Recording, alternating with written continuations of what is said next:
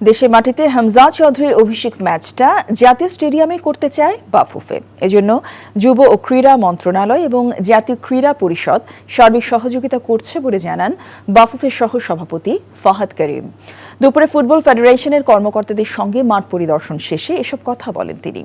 খেলার মাঠ, ফুটবলারদের ড্রেসিং রুম সহ স্টেডিয়ামে গুরুত্বপূর্ণ কিছু অংশ ঘুরে দেখেন বাফুফের কর্তারা। এফসি বাছাই পর্বে খেলায় আগামী 10 জুন সিঙ্গাপুরের মুখোমুখি হবে বাংলাদেশ। তার আগেই জাতীয় স্টেডিয়ামের দায়িত্ব বুঝে নিতে চায় বাফুফে।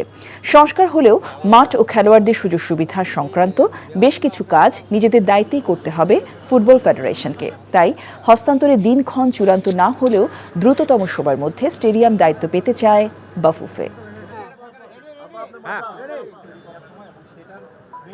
হামজার মতো একজন প্লেয়ারের অভিষেক যদি এই মাঠে হয়, ডেফিনেটলি এটা সকলের একটি গর্বের বিষয় হবে।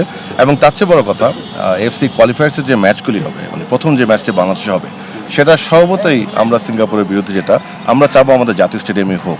তো আমার মনে হয় ইনশাআল্লাহ সেটা সম্ভব হবে। এবং গোয়িং ফরওয়ার্ড ফুটবল স্পেসিফিক কিছু রিকোয়ারমেন্টস আছে যেগুলি ফুটবলের মাঠের জন্য প্রয়োজন হয়। সেরকম যা যা থাকে সেটা আমাদের সম্মানিত সভাপতি বলেছেন, সেটা আমরা বিএফএ এর উদ্যোগেই করব ইন কোঅর্ডিনেশন উইথ এনএসসি।